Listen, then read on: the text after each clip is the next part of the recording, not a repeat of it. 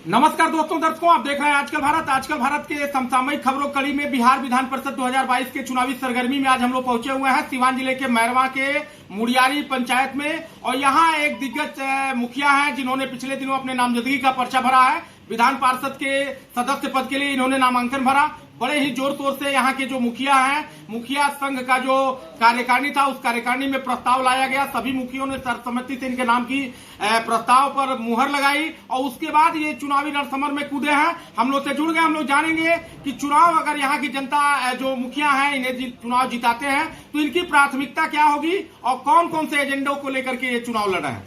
स्वागत है अजय जी। आजकल भारत के तमाम आपके चैनल और तमाम आपके फॉलोअर्स और हमारी आवाज जिन मालिकों तक जा पा रही है और जाएगी, तमाम सभी लोगों को मुखिया होने के नाते मुखिया की तरफ से और मुखिया संघ की तरफ से सबका विशेष अभिनंदन, आभार, सबको प्रणाम, सबको सलाम, बहुत बहुत धन्यवाद। अजय जी, एक तरफ देखा जा रहा है कि यह चुनाव में बड़े बड़े धनबली चुनाव में लड़ रहे हैं और तमाम बड़ी बड़ी पार्टियां, बड़े बड़े नेता, यहां तक कि मंगल पांडे जैसे दिग्गज मंत्री लगातार कैंपेनिंग कर रहे हैं और एक तरफ अकेला अजय चौहान कैंपेनिंग कर रहा है। तो इस जीत में आप सफलता को कितने लेकर के कितने आश्वस्त हैं? नहीं, अजय चौहान का तो मामला ही नहीं है। अजय चौहान का अगर मामला रहता तब ना हमको आश्वस्त और जीतते कि नहीं जीतते। ये तो मामला त्रिस्तरीय जनप्रतिनिधियों का मामला है और उनके आदेश के आलोक में, जैसा आप जानते हैं कि हम किस आधार पर लड़े, पूर्व में भी चर्चा हुआ था। त्रिस्तरीय जनप्रतिनिधियों के आदेश के आलोक में हम चुनाव लड़ रहे हैं। ये लड़ाई उनकी लड़ाई है। अब ये लोग स्वयं लड़ रहे हैं, हम एक केवल माध्यम है। अजय चौहान केवल एक माध्यम है, डाकिया के रूप में, कि उन लोगों का संदेश बिहार विधान परिषद तक ले जाने का हम कार्य करेंगे। तो ये लड़ाई उन लोगों की लड़ाई, और जैसे ये लड़ाई उन लोगों की लड़ाई है, तो इसमें हमारा बहुत कोई भूमिका नहीं है, हमारा कोई बहुत रोल नहीं है। मेरा रोल है कि मालिकों तक जाकर के अपने अनुनय, अपने विनती, अपने अनुरोध को रखना, और वो लोग उसको स्वीकार कर रहे हैं। उस स्वीकार के बदौलत ताकत देंगे हम लोगों को। और जिले के 283 मुखिया हैं और आपको इतना विश्वास कैसे है कि सभी मुखिया आपके पक्ष में हैं और आपको स्नेह समर्थन आशीर्वाद देंगे? अब विश्वास की जब आप बात करिएगा तो चलिए हमको हटा दीजिए कि ठीक है, हमको नहीं विश्वास है, या मान लीजिए कि लोग कह रहे हैं कि भाई भले मुखिया जी लोग का दिया या वार्ड लोग का दिया है, नहीं समर्थन देगा, या मान लिया, स्वीकार कर लिया कि अब विश्वास मान लिया।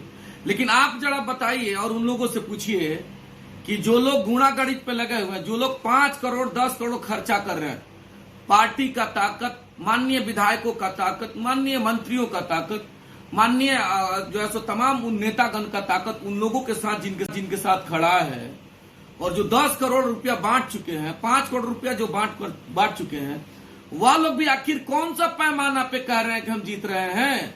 उनके पास कौन सा स्केल है जो कह रहे हैं कि हम जीत रहे हैं? वह लोग भी उस विश्वास पे जीत रहा है कि हमारे पार्टी के विधायक, हमारे पार्टी के मंत्री, हमारे पार्टी के नेता और कार्यकर्ता हमारे प्रत्याशी को जिताएंगे। वह लोग भी विश्वास पे जीत रहा है। और मेरे जैसा साधारण सा व्यक्ति अगर सम्मानित मुखिया और सम्मानित वार्ड सदस्य समिति के सदस्यों और जिला परिषद के सदस्यों का अगर आश्वासन, अगर प्यार अगर हमें मिला है या मिल रहा है, तो हम उस विश्वास पे जी रहे हैं, तो कौन सा पाप कर रहे हैं?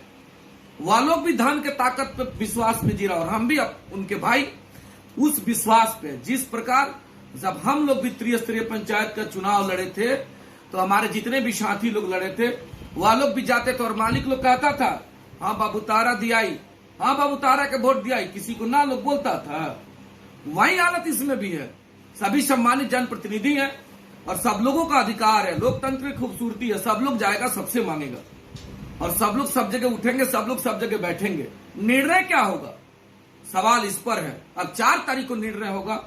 निर्णय अजय चौहान के पक्ष में आएगा कि निर्णय अजय चौहान के विपक्ष में आएगा, यह समय का गर्भ में छिपा हुआ मामला है। तो अगर कोई कहता है कि हम जीत रहे हैं तो विश्वास पे, तो अजय चौहान भी जीत रहा है तमाम त्रिस्तरीय पंचायत प्रतिनिधियों के विश्वास पे। आपके ऊपर लगातार आपके विरोधी आरोप लगा रहे हैं, एक प्रत्याशी विशेष का नाम लेकर के आपको उसका डमी कैंडिडेट बताया जा रहा है, इस पर आप क्या कहेंगे? बहुत सारा सवाल तमाम आप इलेक्ट्रॉनिक मीडिया के साथी लोग पूछ चुके सुबह से। आप जरा बताइए कि हमने पार्टी का प्रदेश महासचिव का पद त्याग कर दिया। पार्टी में लोगों का बहुत बेहतरीन सम्मान था, बी टीम के रूप में हमने उसको त्याग किया। क्या हम मालिकों के आदेश पे, त्रिस्तरीय जनप्रतिनिधियों के आदेश पे हमने उसको त्याग किया? कि हम उनकी आवाज के लिए लड़ेंगे और हम चुनाव भी जीते हैं मालिकों की आवाज के लिए, और हमको लोगों ने अध्यक्ष बनाया अपनी आवाज के लिए। तो अगर हमारे मालिक है कि आपको लड़ना है हमारे ताकत की बदौलत, तो हम तो सब कुछ छोड़ के आए हैं ना। पार्टी का ओहदा, पार्टी का प्रतिष्ठा छोड़ के आए हैं, बी टीम बनने के लिए छोड़ के आए हैं। ये अपने भी समझने की बात है। अगर अजय चौहान आम जो सो भारतीय जनता पार्टी के बी टीम है, अगर उन लोगों को ऐसा लगता है तो ये उनका तरीका है। और आरोप भी लगाने का केवल और केवल एक हथियार उन लोगों के पास बचा हुआ है कि अजय चौहान बी टीम है। बाकी अगर पूछ लीजिए जो हमारे साथी इस तरह का आरोप लगा रहे हैं कि हम पे कौन सा दूसरा मुद्दा से आरोप लगाएंगे, क्या हमको बोलने नहीं आता है, क्या हम पंचायती राज की व्यवस्था को नहीं जानते हैं, क्या लोगों के दिल में अजय चौहान नहीं बसता है, क्या अजय चौहान बहुत बड़ा क्रिमिनल है, क्या अजय चौहान बहुत बड़ा भ्रष्टाचार है। तो इस तरह का कहीं कोई हम पे लांछन नहीं है। तो आखिर आरोप का कौन सा जगह है? तो आरोप का सीधा और सीधा त्रिस्तरीय जनप्रतिनिधियों के दिमाग को डाइवर्ट करने के लिए, जो हमारे लोग हमारे दिल में बसते हैं, उन लोगों के ध्यान को डाइवर्ट करने के लिए महागठबंधन के जो नेतागण हैं, कोई हथियार नहीं बचा है। वह लोग अपने वजूद को बचाने में लगे हैं। किस प्रकार? महागठबंधन के भी नेतागण या कह लीजिए कार्यकर्ता साथी जिनको अजय चौहान में विश्वास है, वह लोग दिल से कह रहा है कि अजय चौहान जेन्युइन लड़ाई लड़ रहा है और जमीन का लड़ाई लड़ रहा है, हम लोग अजय चौहान को मदद करेंगे। अब मामला देख लीजिए, महागठबंधन के लोग उसको बचाने में लगे हैं कि रे भाई किसी प्रकार से कहिए कि मनोज बाबू का बी टीम है, आप लोग बहकावे मत आइए। तो मनोज बाबू का बी टीम का नाम आएगा तो भाई आप लोग उधर मत जाइएगा, हमारे महागठबंधन में साथ रहेगा। वो लोग अपने वजूद को बचाने में लगा है और उस वजूद को बचाने में एक हथियार का प्रयोग कर रहे हैं, जिस हथियार का नाम है मनोज बाबू का बी टीम। यही एक हथियार है, बाकी कोई है उन लोग पास एक इशूज नहीं है, एक मुद्दा नहीं है, और जिसको प्रत्याशी के रूप में हम सबों के बीच में लेके आए हैं। अब कहने की बात है, हम लोग अपना नेता न चुनेंगे जो हमारी आवाज हमसे भी बुलंदी के साथ सदन में उठाने का कार्य करेगा। अगर यह एबिलिटी, अगर यह व्यक्तित्व या चेहरा अगर आदरणीय जायसवाल साहब में है, तो सिवान के सभी त्रिस्तरीय जनप्रतिनिधि लोग देख रहे हैं। अब इसको ढकने के लिए अब कोई जगह नहीं बचा हुआ। 7 साल के बाद नहीं इस धरती पे आए हैं। लोग कह रहे हैं कि बाहरी भीतरी का मामला नहीं हो तो मौलसरी चौक के। हम ये नहीं कह रहे हैं कि आप हैं कहां के, आप सिवान के भी हो सकते हैं और सिवान के हैं, इसको हम स्वीकार कर लिया। लेकिन जो राजनीतिक कार्यस्थल आपका है, सवाल वहां है और मुद्दा वो है कि आपका राजनीतिक कार्यस्थल कहां है। आपने अगर राष्ट्रीय जनता दल के बैनर तले पिछली 7 साल पहले अगर आपने सिवान के धरती पे त्रिस्तरीय जनप्रतिनिधियों के बीच में अगर प्यार लेने का कार्य किया, उस नाते यह आपका दायित्व और आपका यह कर्तव्य बनता था। लोगों के सुख दुख में रहने की जरूरत थी, उनके शादी विवाह मरने जीने में रहने की जरूरत थी। अगर राष्ट्रीय जनता दल के बैनर तले आप लड़ रहे हैं तो राष्ट्रीय जनता दल के सांगठनिक चुनाव, लोकसभा के चुनाव, विधानसभा के चुनाव, तमाम सांगठनिक कार्यक्रम में आपको रहना चाहिए था। तो यह दाग नहीं लगता बाहरी और भीतरी का। और जब काम नहीं करिएगा तो दाग तो लगेगा ही लगेगा ना कि आप रहते कहां हैं। इसी का नतीजा है कि लोग कह रहे हैं, हम नहीं, लोग कह रहे हैं कि जायसवाल साहब बाहरी हैं। अगर आप पटना के भी रह करके और सिवान के धरती पे 7 साल अगर सींचने का काम किया होता, उस बगीचा और उस पौधा में अगर पानी देने का आपने कार्य किया होता, तो ये आरोप उन पर नहीं लगता।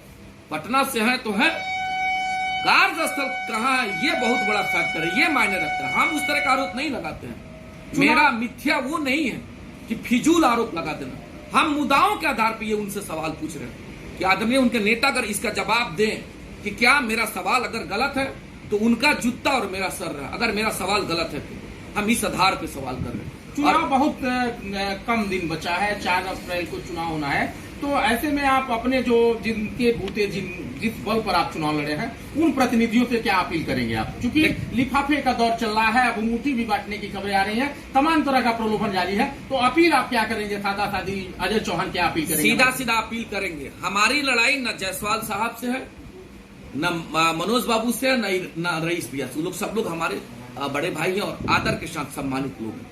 हमारी लड़ाई उन लोगों से नहीं है।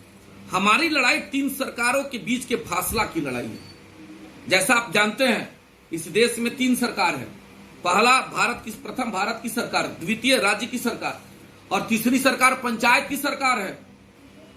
तो भारत सरकार ने 73वें संविधान संशोधन में 29 विभाग पंचायत को दे दिया, पंचायत की सरकार को।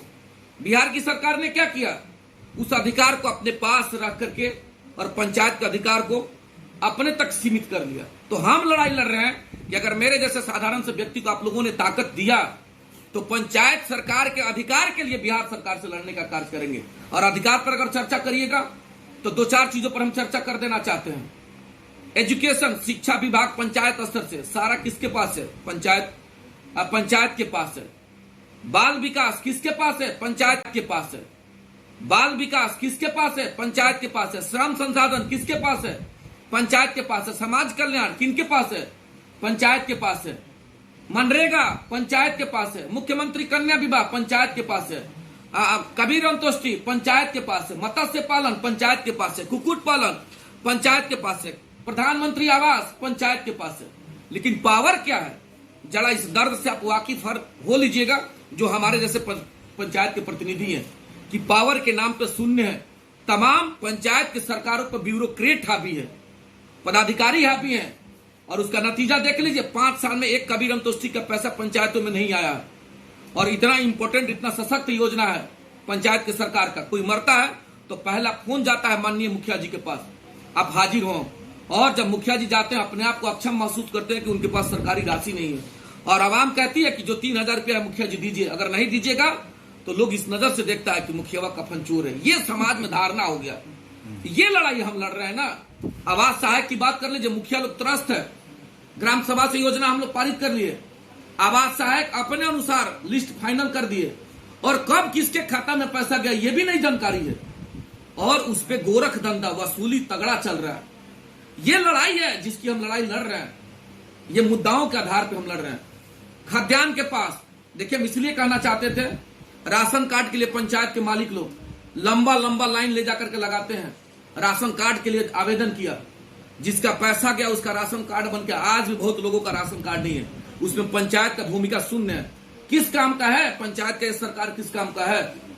एग्रीकल्चर पर बात कर लीजिए, किसान सलाहकार, कभी भी किसान सलाहकार पंचायत के कर्मी है और पंचायत में उपस्थिति नहीं रहती है।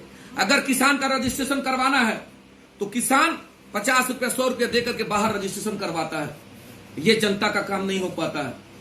अगर पेंशन के लिए लोगों को आवेदन करवाना है तो बाहर 50-100 रुपए देकर के लोग आवेदन करवाते हैं। आरटीपीएस सुचारू रूप से चालू नहीं है।